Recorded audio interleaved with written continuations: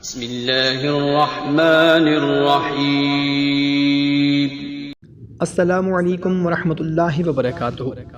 معزز سامعین کرام، حضرت ابو امامہ رضی اللہ تعالیٰ عنہ فرماتے ہیں، میں نے خود حضور نبی کریم صلی اللہ تعالیٰ علیہ وسلم کو فرماتے ہوئے سنا کہ جو شخص رات کو باوضو اپنے بستر پر سونے کے لیے جائے اور وہ اللہ تعالیٰ کا ذکر یعنی قرآنی آیات، صورتیں، تسبیح، وظائف وغیرہ کرتے کرتے سو جائے اور پھر رات میں کسی بھی وقت اپنی کروٹ بدلتے ہوئے اللہ تعالیٰ سے دنیا و آخرت کی جو بھی دعا مانگے گا تو اللہ تعالیٰ وہ خیر اسے عطا فرما دے گا۔ سبحان اللہ۔ جب بھی رات کو آنکھ کھلے کروٹ بدلنے کے لیے، جب آپ کی آنکھ کھل جائے تو جو بھی آپ کی خواہش ہے، مقصد ہے، مراد ہے، اس کے لیے دعا مانگیں، انشاءاللہ تعالیٰ آپ کی دعا قبول ہوگی۔ اس کے علاوہ بعض ایسی روایات بھی ہیں جن میں باوضو سونے کی قید نہیں ہے، بغیر وضو بھی تلاوت، ذکر، تسبیحات، وظائف وغیرہ پڑھتے ہوئے سو جائیں اور رات جب آنکھ کھلے یا کروٹ بدلتے وقت جتنی مرتبہ جو دعا مانگی جائے گی وہ سب انشاءاللہ تعالی مستجاب ہوگی۔